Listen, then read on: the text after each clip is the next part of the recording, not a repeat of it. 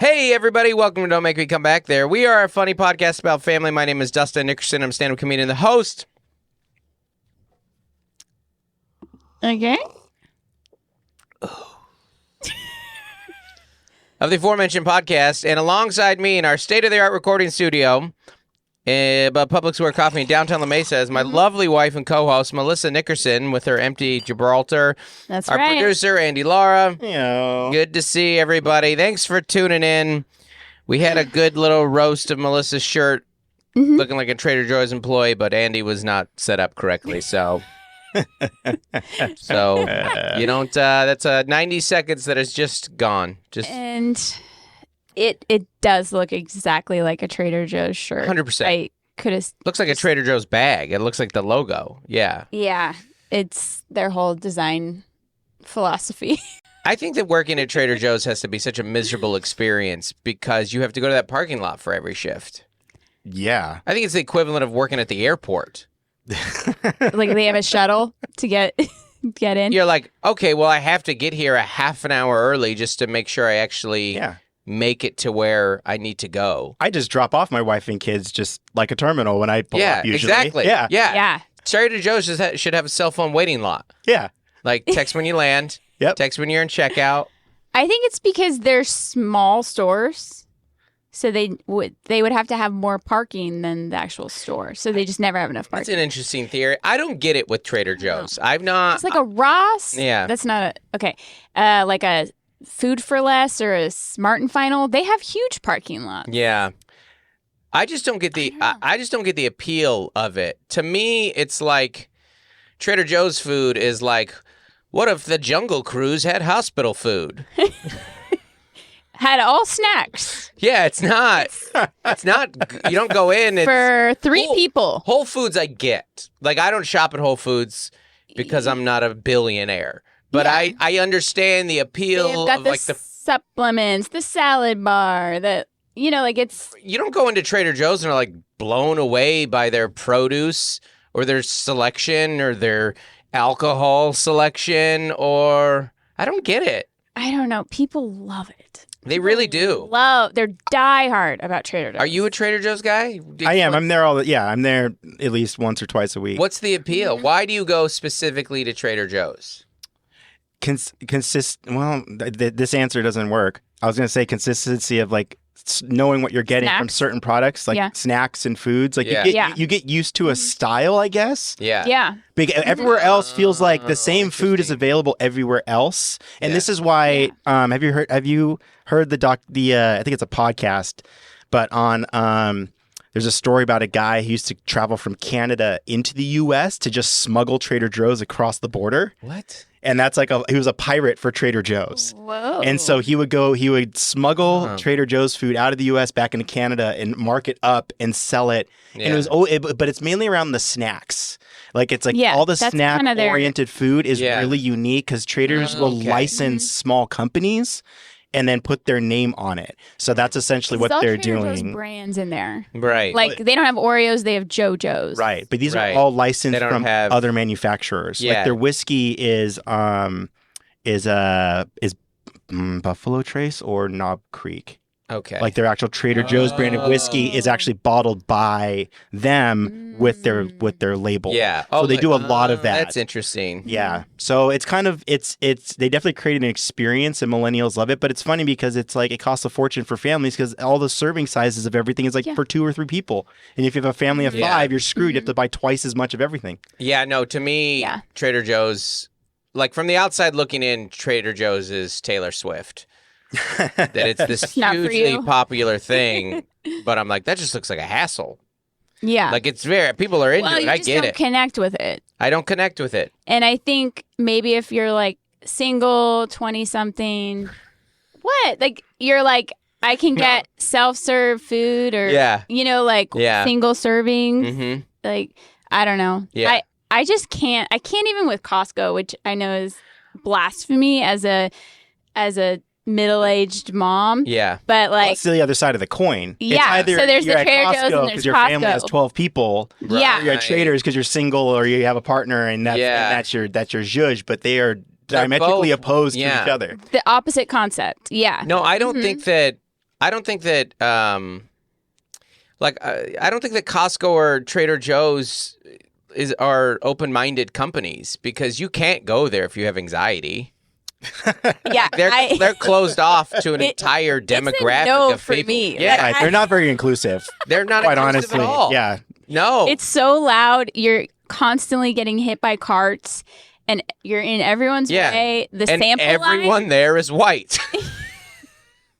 The sample lines, like, I can't get out of there fast enough. Yeah. It's like a school pickup line. It's not my nightmare. Yeah. I know. And instead of getting a kid at the end, you get something you have to pay for. You have to get a mediocre frozen meal. And at Costco, it's like at least $300-$400. Yeah. And then at Trader Joe's, it's like all I got was snacks. All I got. That doesn't help me. I could have gotten. I feel like everything at Trader Joe's, I could have gotten a version of at 7-Eleven. Like, I'm not saying as good of. I'm just saying, like, you're like, there's nothing here that I needed. There's like, you get some trail mix and some chips and some pita chips and some you know what Trader Joe's is full of food that you think is good for you, but it's not healthy. Oh, granola, trail mix, like banana chips, pita chips, dried fruit, also bad all for that you. stuff that you think is good for you, but is not good for you at all. Yeah. It's all a hoax. But I think that there's like a comfort to it for people, that they know this is where I get this, and this, and this. And people will have like, I know this, like food bloggers, they'll have like 20 items not to miss at Trader Joe's that they get every week, every month. They go in there and get them. And I just can't live that way. Yeah. Our Jen loves it because it's a brand. It's its own identity. No one gets excited about Albertsons. Well, it wasn't Ralph's. And it wasn't our parents' brand. Right. It wasn't. So it's our own way of... So we're kind of being contrarian. I understand that. Yeah. But it is also simultaneously, where do you put your stuff? There's never enough area at the checkout for Trader Joe's. Oh, yeah. It's just that little pull out. And they just take it right off the cart. Totally. Everything you should see my kids dumping everything off the cart onto that tiny thing. Yeah. They're all hustling trying to get it. It's like a cutting board. Trader Joe's was like... What if we make this the worst shopping experience possible? That's it. It's like a torture experience. It's like the S&M of grocery experience. It's just, I can't. I don't understand it. There's nothing pleasant about the Trader Joe's experience. Mm-mm. And it's a huge grocery store, and people swear by it. Yeah. They really, I don't get it. It's a cult. There you go. That's why. It's a cult. Mm-hmm. Listen, I respect... And what's up with that flyer they send out? I haven't seen the flyer. 50 pages, and they're talking about their food products, and it's like, oh, ye Trader Joe's. Yeah. It's like old-timey fonts and like a bunch of illustrations, and then they put pumpkin and everything. Yeah. But it's like, who needs this? Yeah. You know? I agree with you. And sometimes you'll be in one of those, there's a couple parking lots out there that are a Trader Joe's and a Costco parking lot. And you'll look at those and you'll be like, we need another pandemic. Well, when we had the hurricane, like Costco was like around the building, the line. I mean, we could see it. We did not go in. But when they build these things, there needs to be like a zoning situation. Like for every, your parking lot needs to be like 30 times the size of your building. It's just too many people in that Trader Joe's. I don't know how they get away with it. It's a thing though. Like you can look it up. They somehow gray the lines on the zoning because of the square footage of the space. They don't need as many parking spaces, so it's like it's known that they try to find smaller spaces because then it's always full, grocery store busy. So I mean that's why they are consistently small, and they're never their own new spot. They tend to take over other places is also the model. Oh. Just like how Apple started taking over places and building retail. So they're like Tom Cruise wearing platforms in movies. Exactly. They're like, he looks taller than he is. It's all a ploy. It is. It's a hoax. Yeah. Mm-hmm. It's, and if you enjoy it, that's great. I just don't get it. It's just not for me. But you know what? Not everything has to be for me. There is no ambiance in Smart and Final, and that's for a reason. Yeah. You can get like a pallet of Skinny Pop. Yeah. And LaCroix. Yeah. Nobody's having fun in there. Nobody's having fun in there. Everyone loves Trader Joe's that's in there. They're happy. I don't know that that's true. I think that they're just in denial, and they're just people who aren't willing to talk about their mental illness. You know, they're just, or not. You know what, I'm saying that wrong. I think it's just people who they don't the gluttons for punishment. They don't see it as punishment. They all see it as just part of the fun. They're just extroverts. Is what they are. I think Trader Joe is for extroverts. Trader Joe is for people that are like, I would like people to be around me at all times. I want to talk about my snacks with you. Yeah. Oh, you get you got those? Oh, I don't like those as much. Oh, I can't wait till they bring those back. They got the peppermint JoJo's.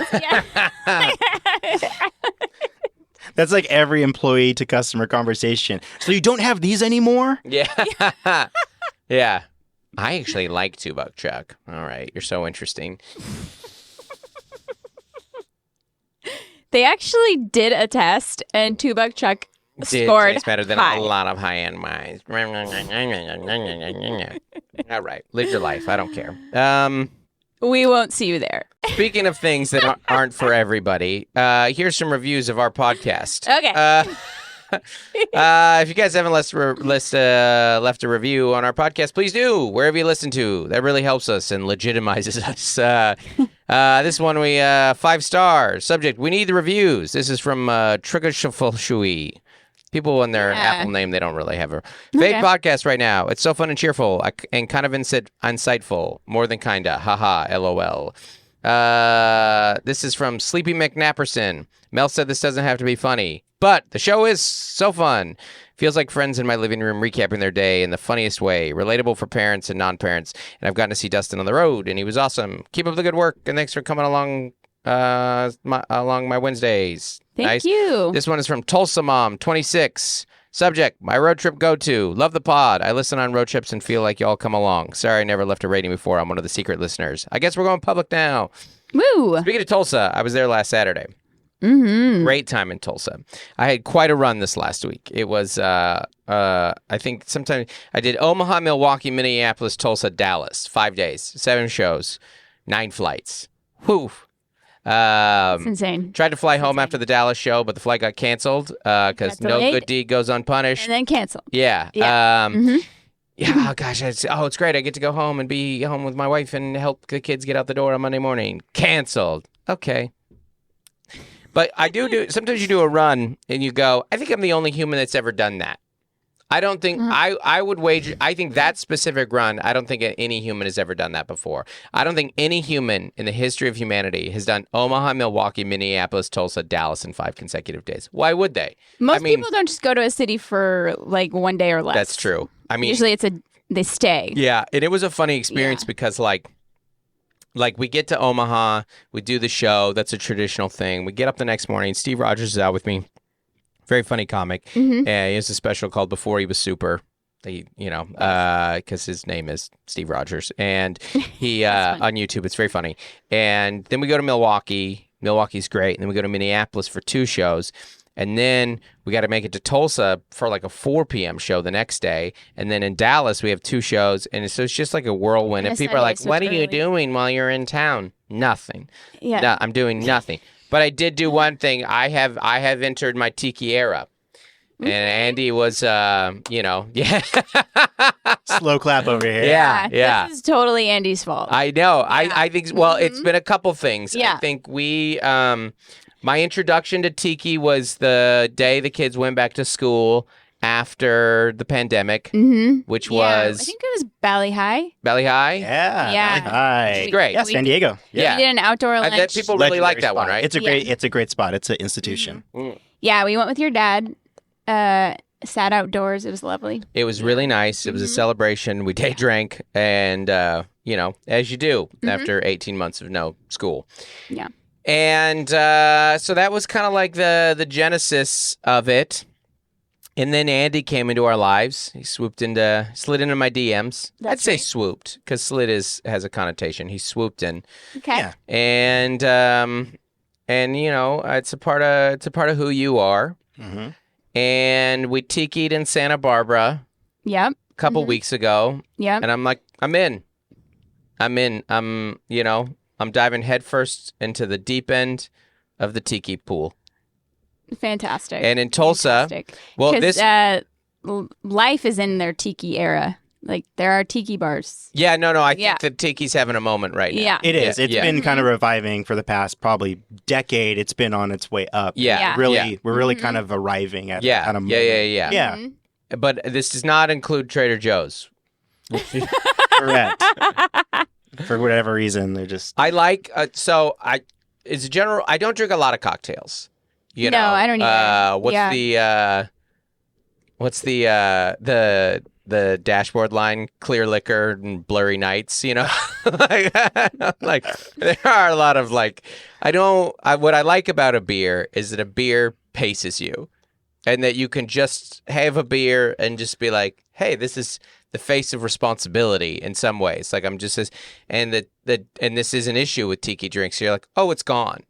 This lasted and it's sweet. This lasted less long than a Jolly Rancher. Like, and it's so good and so tasty, and so that's why we avoid it. But I get the vibe. I get the aesthetic of it. Retro. It feels like a vacation. Yeah, and that's the idea. It was meant to create escape. Like you can, and that's why they're usually dark. Same reason booze got created.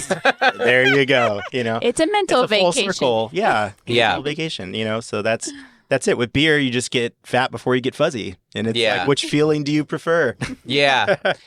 Yeah, I think it's the different settings call for different environments. But Steve and I, we had gotten up at 3:30 in the morning to fly from Minneapolis to Tulsa, which to do that, you have to go through Atlanta, of course, because it's terrible routing. And but then we had a matinee, essentially a 4 p.m. show. Mm-hmm. Then we walk out and it was 6 p.m.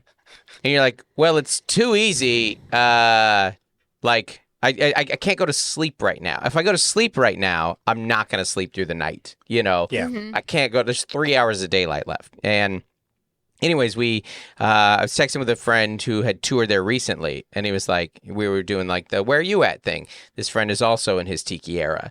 He actually has a tiki. Did I show you this? He has a tiki bunk on the bus. Tour bus. Oh, that's great. Yeah. That's which great. I love. That's wonderful. And Dustin, I think they're in a bit of a tiki era too. We have people are tikiing all around us right now. Mm-hmm. And so he's like, yeah, go to the Saturn Room in Tulsa. And it was great. It was everything I wanted it to be. Yeah. But I also knew I only was going to have one drink, so it was a 20-minute experience. Which is fine. Like, you've invited us over for a few times. I'm like, I can't. You live 45 minutes away. I don't. It's an impulse thing. Like, I don't. We'll be over for 20 minutes, Andy. One drink will hit the road. Yeah. But but we're gonna be in Vegas. Yep. And Yep. And two great spots there. Two really great spots. Is there one near the Strip, or are they all? Frankie's. Yeah. So Golden Tiki. Okay. Where's that? That's more on the Strip. Where? Like near the Strip. I can't specifically know where it is. Could you know this? We'll use our Google Maps. No. Look that up. And then Frankie's is obviously Arts District off the Strip, and they're great. Golden Tiki's famous. And Frankie's. The nice thing about cocktails is that when you're like we'll hang out with the TM and the tour manager, and she's sober. Look at Mel just throwing around TM. Big time, Mel. Big time. But she can get a nice mocktail. Yes. That totally looks and tastes like legit, unless she just wants to get like a soda or something. But that's the beauty of it is like Tiki has actually helped re-inspire a lot of craft cocktail enthusiasts, because they started to realize like, oh my gosh, this entire scene actually excels in mixology. Like they make a lot of stuff homemade. You kind of have to do it that way to get it right. Excels in mixology might be the douchiest thing you've ever said. Wow. That is... I'm not going to let that one slide. I mean, no tiki drinks for you, Dustin. That was I understood what you said, but excels in mixology. I will not, as your friend, I will not excel in mixology. You haven't sat through many art critiques, Dustin. Oh my gosh. Oh, excels in mixology. Unbelievable. I understand what you mean, though. That's their thing. Yeah. I get it. Yeah. And it's the garnish and it's the house-made. Yeah, there's just this mutual respect between the two things. Because it used to always be like, oh, tropical drinks are just overly sweet and only deserving for a certain space. But it's like, now you go to all these places and you're like, oh, actually Tiki's influenced a lot of the cocktails in a lot of new spaces. So there you go. There you go. Having a moment. Well, congratulations. Thank you. And welcome. I'm in my Tiki era. Dustin. Yeah, thank you. We have a couple things to get into real quick, but I first want to what's the date today? Ooh. Okay. 28th. How many days are in this month? I would like 31. 31. Okay. This is huge news. I'm so excited. You guys, this is gigantic news. August is almost over. August is the worst month. I hate August with everything I have in me. It's our anniversary month. I don't care. If I could go back, I would have gotten married in a different month. You hate August. It makes me hate our anniversary. I don't hate August because that's back to school. And that's a lot of work. I know, but I get tired over the summer. I just don't. It's the structure is easier for me. Okay. I understand that we have but that I understand, but that could be September too. That's true. Nothing to do. That's nothing fancy for August. I will retract that because when the kids are little, August is like, okay, I have a second to think. When the kids are old, we got all those friends again. Yeah, and 100%. I would prefer not. Yeah. Yeah, no, I get. I feel bad for kids that are in school in August. It's so hot. It's too hot for school. It is hot, but a lot of districts have air conditioning. Not all of them. Yeah, but you can't do like outside PE. They're like sometimes. Sometimes they. I just think. To me, August is the clearest month. Like, I mean, March and April are terrible too. But of the non-spring months, August has got to go. It's a terrible month. It's too hot.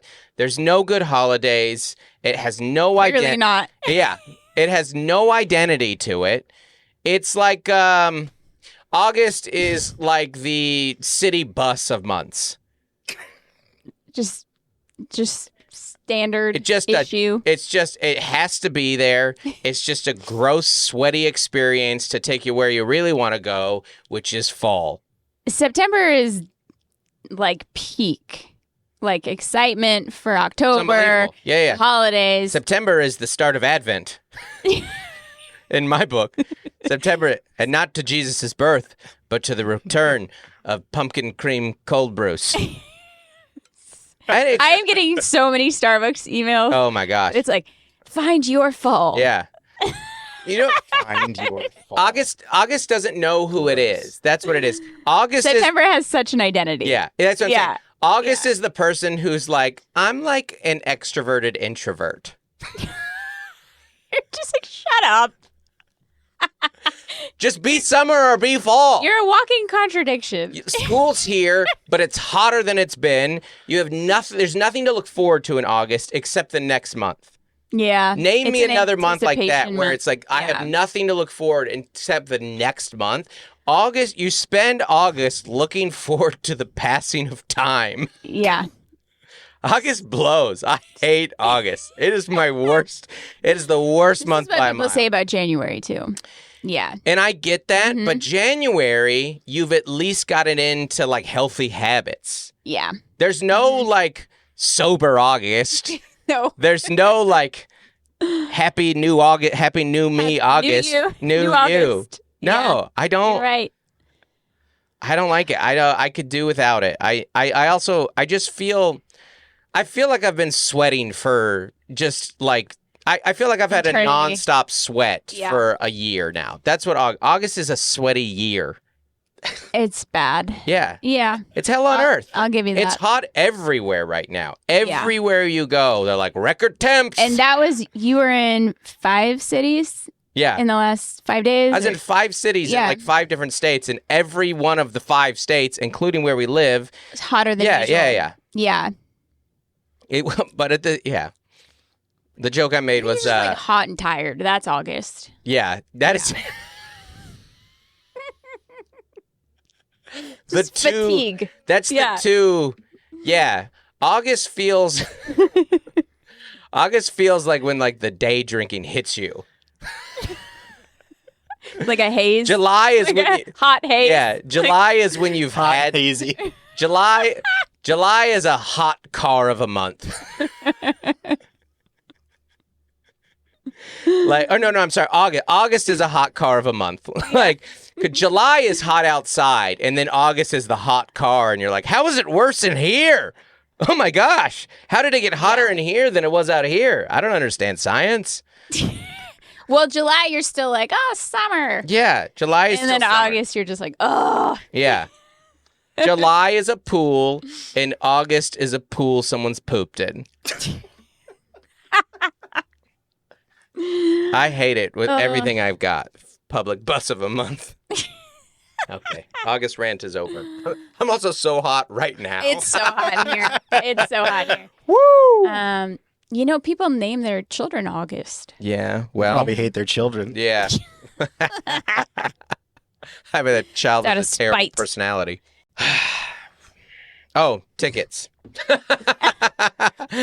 No more tour dates in August. That's not true. I got one more. Tomorrow, if you're in San Antonio, late show sold out. Early show has so many tickets. It's too hot to go. Too hot to go. They're like, can the sun go down? This weekend is the end of this leg of the Halfway There tour, and I'm going to be in San Antonio for 2 shows on Thursday. Friday and Saturday, I'm going to be in Houston for 3 shows, and then Oklahoma City on Saturday. On Sunday, the 3rd, and then on Monday, this is why it keeps getting confused, on Monday, 2 shows in Austin. First one sold out. Second one has so many available. Couple one-offs. I'm going to be in New Richmond, which someone DM'd me and said is just say it's outside of St. Paul, which is where it is, at the 45th Parallel Distillery. And then I'm going to be at the Mountain in Vancouver, BC on October 13th. Then beyond that, we kick up in December, everybody. Phoenix, Las Vegas, Columbus. Columbus is getting moved to the next week as the 6th is going to the 13th. Don't get mad at me. It's so I can go to my daughter's Christmas recital. What do we call it? It's choir recital? Concert, choir concert. There you go. Cleveland, Cincy, Pittsburgh. We added Buffalo, Indy, Brooklyn just got added. Philly, Portland, Kansas City, St. Louis, Washington, D.C., Grand Rapids, Spokane. Guys, we have 2 more cities we're going to add to this tour, and then that's it. All right? We're going to add Fort Collins, Colorado, a little outside of Denver. Okay. And then we're going to add Seattle, Washington. The city. What's it called? That's it. That's going to be it. All right. I'm quite sure of it. So great. Go to DustinNickerson.com. Maybe I'll become a tiki shirt on stage guy. What about that? Sure. Sure, why not? Party all the time. Yeah. Do you mean like my tiki My shirt? girl likes to party all the time. Party all the time. Who sings that? Dude. Eddie Murphy. Eddie Murphy. One of the greatest music videos ever. Yeah. With Rick James. Yep. In the booth. There's a couple weird cameos in 80 songs, and that one with Rick James, and then the other one is, I got this feeling somebody's watching me. Oh, yeah. Which is not a Michael Jackson song. It's some nobody who got Michael Jackson to do the chorus, and it was a pretty big hit. Who's playing tricks on me? That'd be a pretty good karaoke song. Is funny, is Michael Jackson the Michael Jackson's He's randomly in that song. Okay, Yeah. okay. Well, I didn't. Yeah. I wasn't sure. And then you'll know this one, but the guitar riff to Beat It. Eddie Van Halen. Yeah. Who didn't take money for it. Oh, okay. I didn't know that. Yeah, I think I read this recently that he didn't, and he he just wanted to do it, and you weren't supposed to do. Van Halen was like, hey, you can't really do that stuff, and he's like, if I don't take money for it, and he came in and he just drank a 6-pack and laid down one of the greatest guitar solos ever. Wow, ever. Yeah, it's and not even just the whole riff. Yeah, the entire thing. Yeah, you know. All Amazing. Of it. Oh, and he changed a bunch of the song. That's what he came into in the 6-pack. Like there was this song, and he was like, "Hey, Michael, what about this?" And Michael Jackson's like, "Yes, yes, yes, Eddie Van Halen." That's right. I haven't heard that story. I made it all up. I want all the deets on that. I read it, and by that I mean I watched the TikTok. I don't care. I'm not even gonna. I'm learning so much about the life and like context around that time and space about Dolly Parton right now through a podcast. I'm not even gonna. Let's stop acting like taking in knowledge through video and audio is a bad thing. It doesn't count. It's no more pious, no better, no more righteous, no more intelligent to read a book than it is to get the same information in a different format. Mm-hmm. I'm done with that. Let's get rid of that stigma. Right. All right? Mm-hmm. I've learned so much through podcasts. I've learned so much from watching TikToks and videos. I think I ranted about this already. Just get rid of the... Yeah. No, you haven't. Yeah. No, we did. Well, we did that book. Yes, that was... Yeah. Okay, I feel like that was slightly different, but there's been a lot of books written about Dolly Parton, and I've read none of them. But I want to learn about Dolly Parton, and I want to learn about. I'm also in a bit of an Appalachian era right now. Mm-hmm. I'm in Tiki's and Appalachian eras. They're very different. Appalachian? You can go either way on that. Either way. Yeah, Appalachian Mountains, Mm-hmm.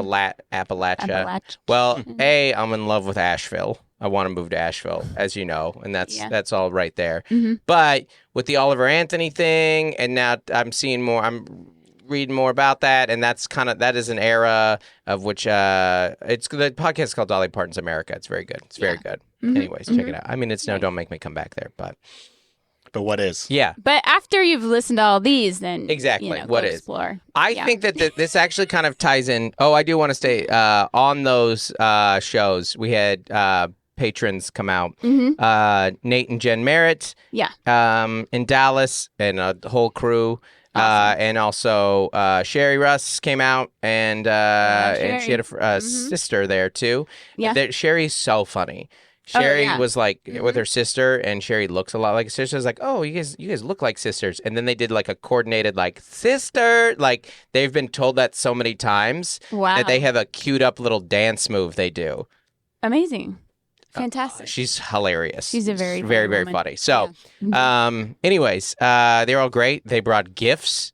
So nice. I'm hesitant to say what Nate brought me because I don't want to say that I'm setting this as some standard. But he brought me a signed DK Metcalf jersey, like a Pro Bowl Seahawks player. Insane. And I was like, oh my gosh, last time you brought me overnight oats. Which I appreciate the gifts. I'm like a gifts guy. Because I like bringing the stuff home, to everybody. And, you're a gift giver for sure. Yeah, well, and I like to bring it and present to the thing. I think gift givers like receiving gifts too, Yeah. And I am not a gift giver. No, but you know what? How about oh, look, I got another mug. Oh, die, Dustin. I tried. You're dead.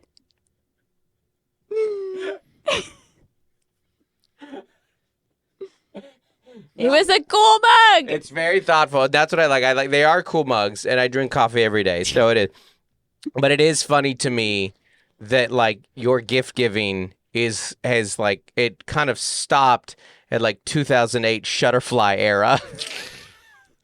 If there's a mug, I will find it. Like, what if I got this picture printed on something? No, actually, you asked for a mug with all the kids' pictures on it. Remember that? Yeah, that's true. I think it was, That's the problem with being an adult is that you have to come up with all your own gifts. They're like, what do you want? And then you're like, And then can we share the gift that the parent told you to get? Or is I don't think we can. I wish we could. I really do. Okay, when you're going to a little kid this birthday party. This is going to be party, just for the patrons. Let's do this. Let's do this story. Okay. Hey, if you're not a patron, you don't get this story because we don't want it to get back to them. But this one, okay. Mel, you brought up something really interesting earlier today. And and I'm not mocking you. I mean this genuinely. When we were growing up, the way that you got a hold of somebody outside of school was to call their home. Yes. There's no more home. There's no more like barrier. It's like, hey, what's your phone number? To your friends. Yeah. And now they can text you, you know? And I think that's really interesting socially. Like, I think something has happened with Gen Z and the rise of the phone that they are, and it's nothing to, I don't mean this as a knock in any way, they are becoming increasingly less comfortable interacting with others, like socially in person, because so much of it has been lessened because so much of what you used to have to do socially, you can do, it's either been eliminated entirely or there's like digital. So like, for example, yesterday we set up Joel and a bank account and a debit card. And he had an ATM card and an account, but now he has a debit card. But he's never had to go sit for 45 minutes in a bank. Yeah. Which you used to have to just go do with your parents. Like you would. He used to have to go deposit checks with me, like in the shopping cart. That's 6 minutes. But max. Yeah, it's in a grocery store. And still, it's very different. And now you have mobile check deposits. You don't have to do that anymore. And I was just looking at that. It's like, he doesn't have a lot of meetings like that. Like, there's so much formality that's gone now socially. I will say, like, this year he was out of town for his counselor appointment to pick his junior year classes. Yeah. So I FaceTimed him. Right. Because you can't reschedule that appointment. Yeah. And we're like, oh, look, here's Joel on FaceTime. Let's pick out his school classes. Like, that's just it's not all how bad. Their life is. No, it's not all bad. I mean, every time I turn on, like, a TV show or, like, a sports thing and a guy is broadcast in on Zoom or whatever, I'm like, sure, yeah, this is fine. I don't care. You know, I'm into it. I don't care. But he kept, like, putting, like, his shirt in his mouth and, like, cracking his knuckles. And I'm like, oh, you don't know, like, this is like this is more formal. There's less formality. Well, because you met him there. He had to leave cross country practice early. Yeah. We spent weeks trying to get this, but with his schedule, the bank doesn't, has weird business hours. I don't think he'd ever been in a meeting either. It's one of these type meetings where you stay off your phone the whole time, even though you're not talking the whole time, but you never know when they're going to ask you a question and need something from you. Yeah. Like, you have to stay dialed in for 45 minutes because it's rude, because they're doing a service for you. And you don't want to just be like this the whole time and then look up, like, what do you need from me? And that's why I had to be like, hey, you got to get off your phone. You got to, like, be present. You have to kind of, it's just a polite thing to do here. Yeah. And so there's that. But I think the phone thing is really interesting because what it has gotten rid of is the middleman. The middleman. Or the gatekeeper. I think they no longer have to deal with a parent answering the phone.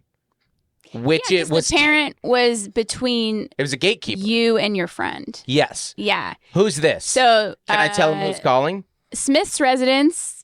I mean, only your family. Yeah, did or that. whatever. Yeah. Hello. Yeah, but no, your family did a like, hello. This is whoever. Yeah. Hoagland's. Yeah. I remember whenever I call a family like this, I was like, did I just call a business?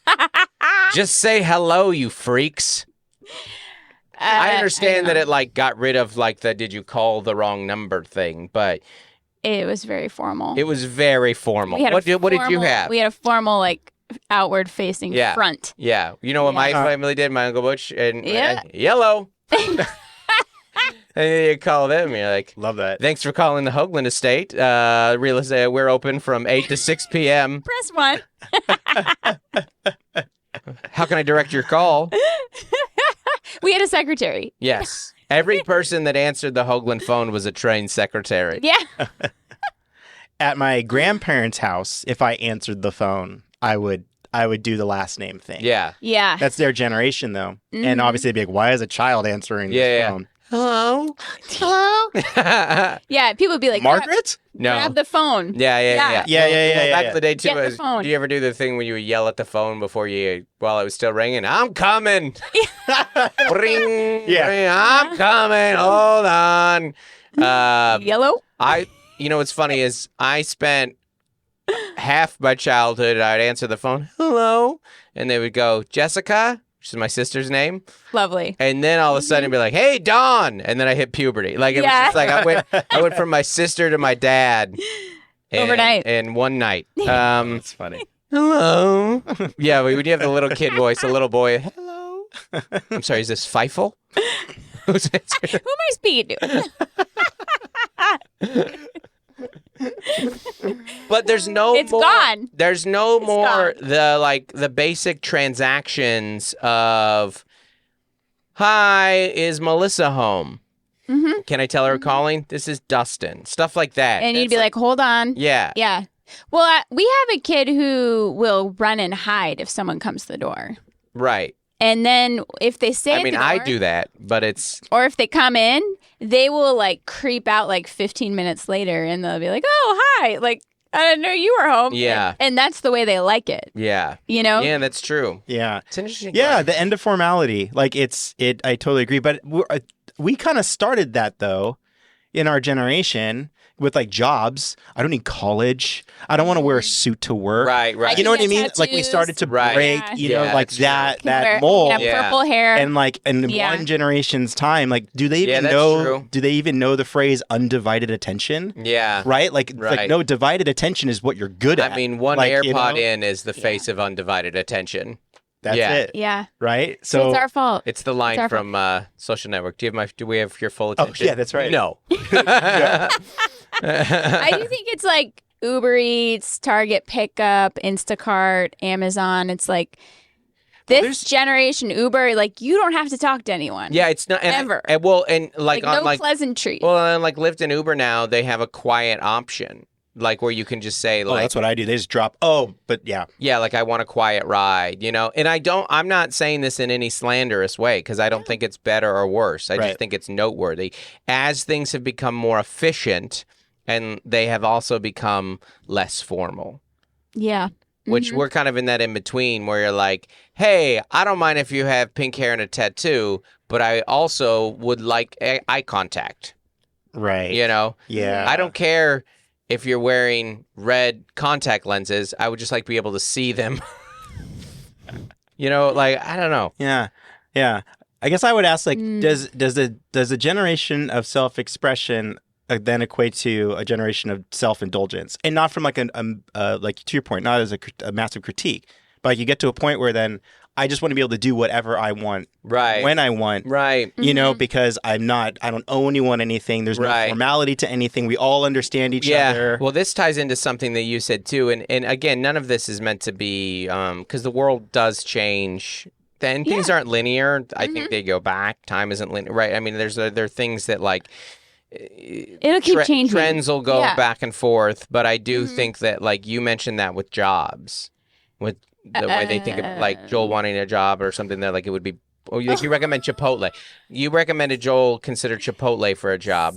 So his friend got a job at Chipotle, and I was like, oh, you can just apply online. Your friend, it's just down the road. Your friend applied and got it. And he was like, I think I would get tired of Chipotle because that's his favorite fast food.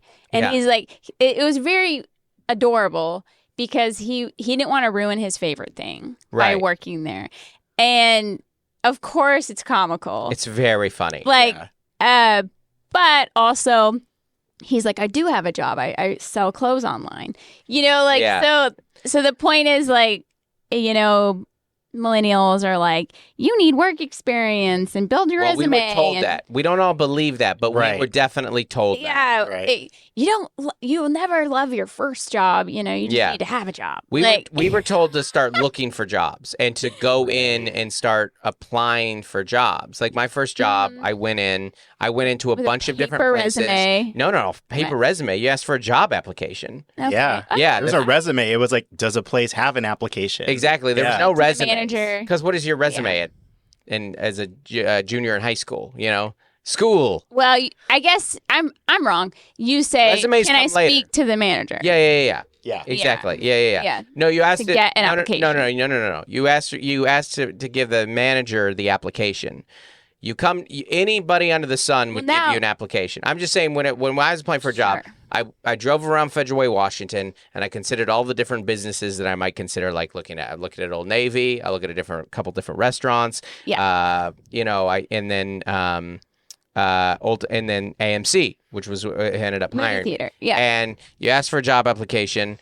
And you go and you fill it out, and then the little hack, whatever it was, to ask to speak to a manager when you turn. Hey, is there a manager I could give this to, just to get a little FaceTime with them, so you're not just some nameless, faceless thing on there, you know?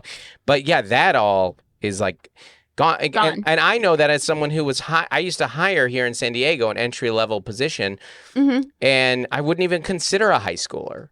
I was like, you're going against people with college degrees right now. Yeah. Yeah. Now you just tweet the company and say, "What's good?" Yeah, hey, what up? Swoop into those DMs. Yeah. It is, and now they have online applications. Right. So I do. Yeah, exactly. The online application. I am thinking old school because I feel like the work Joel did this summer at our family camp is a resume. Right. Like building things. Right. And I think there are jobs. Yeah. Like the camp counselors and day camp counselors and how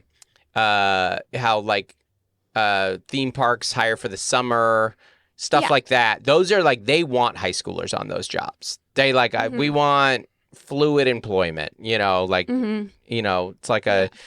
Well, now all the registers are cashless. Yeah. So it's all you have to do is hand them the food. Yeah. You don't even touch money. You just go listen to a podcast. No, kids aren't listening to podcasts. No. You're right. They're listening to Spotify. Yes. Yeah.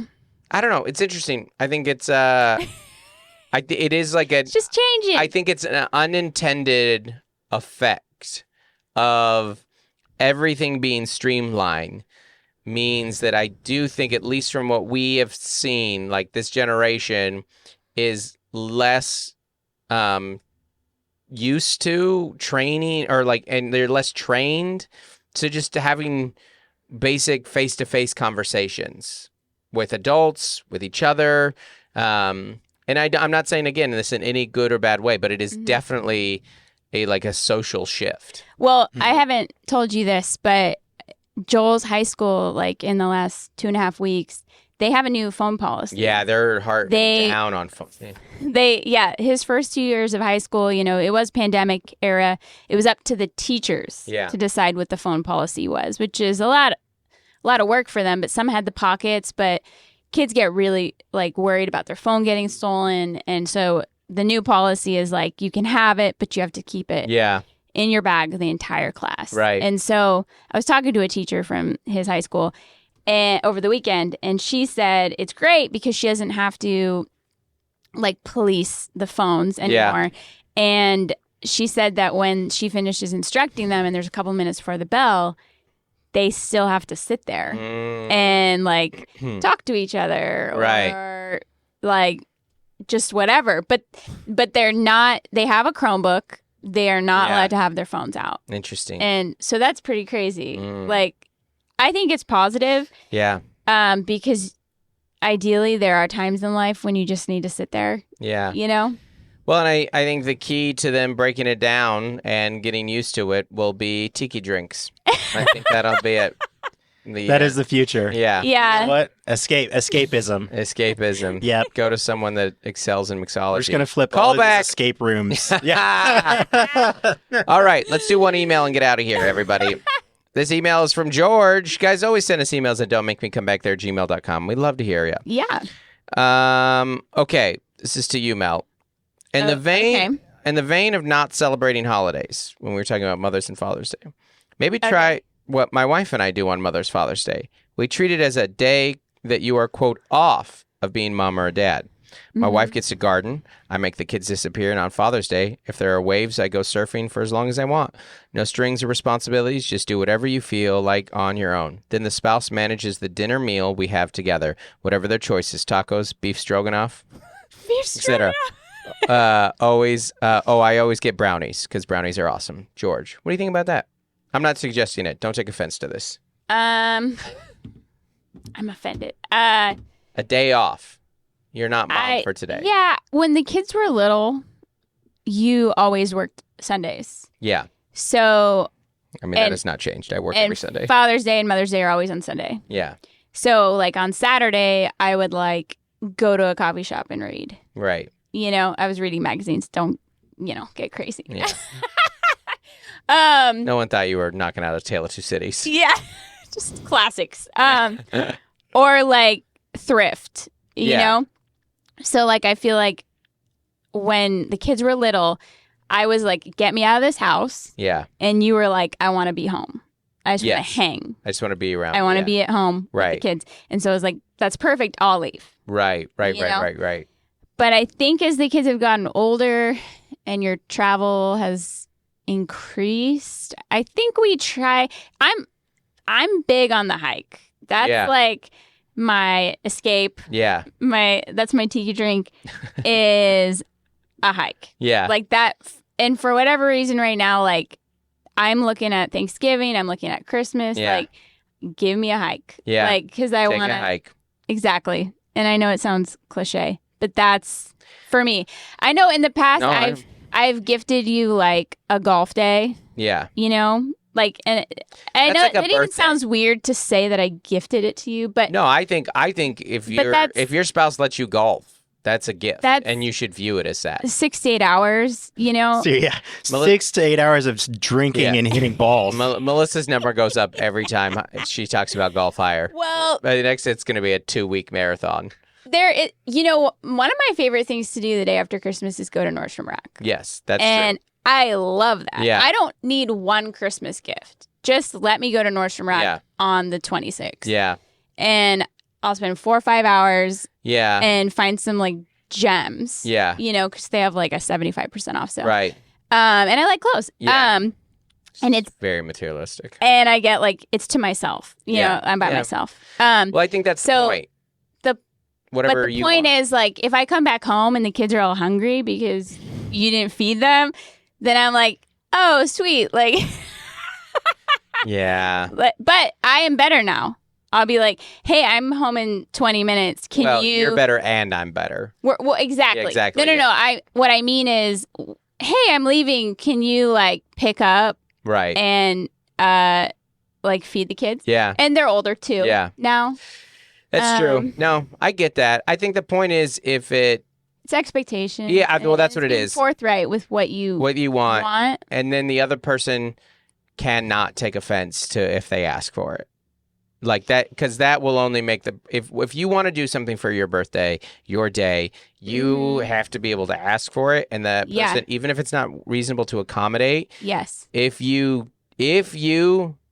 shame them for asking. This goes for anything. This goes for anything in your relationship. If they ask you for something and you shame them for asking, then be prepared for asks not to happen anymore, which is not a good thing. That's going to break down communication. At the start of June, found out that Brett Goldstein was coming to town. I have one friend who we have a very mutual bond over Ted Lasso. Yeah. Her birthday's in June. And I was like, no. Can you buy the tickets tonight? Yes. Because it did sell out and he did add a show. But I was like, I would like to have this. Yeah. Because I ended up at a volleyball tournament for my birthday weekend. And it was... For Melissa's birthday, she went to a comedian other than me. Who has great abs. I didn't see the abs. Yeah, that's not part of the show. So anyways, like... I as the day went on, I was like, no, this is perfect for my birthday. And I have to celebrate early and yada yada. So I don't know. This is great. I think good stuff. Yeah. If it works for you, that's the point. Yeah. And there are ways it doesn't have to be expensive. Yeah. You know, like they said, the gardening and the beef stroganoff. And surfing. Yeah. Yeah. Surfing is cheaper than golf. All right, everybody. Thanks so much for tuning in. You're the best. All right. Bye. Hey, thanks everybody for listening to that episode. We want to give a special shout out to our As Essential as Oils patrons. That's our $25 a month and up supporters. Thank you so much. Yeah. For supporting this little podcast. First, Avril Griffiths. Adam Bush. Alyssa Nelson. Bonnie Galindo. Carrie T. Caroline Crimmins. Code to Grow. Courtney Eibling. Demarius Diaz-Stevens. Dan and Chelsea Morell. Daniel Owens. Dave and Melissa Cox. Dave Hoagland. Isaac Teron. Jason White. Jennifer Ashley Downs. Jessica Hanrahan. Joshua and Nikki Platt. Jordan Lara. Jordan Cowan. Juliana Smith. Lori Amos. Matt and Sam Slosdom. Nathan and Jennifer Merritt. Nicole Carraz. Rachel Wilson. Rachel Kennedy. Robert and Nellie Capen. Stephen Menya. And Tiffany Payne. Thanks so much for supporting the pod, everybody. We love you and appreciate you so much. Bye. Bye.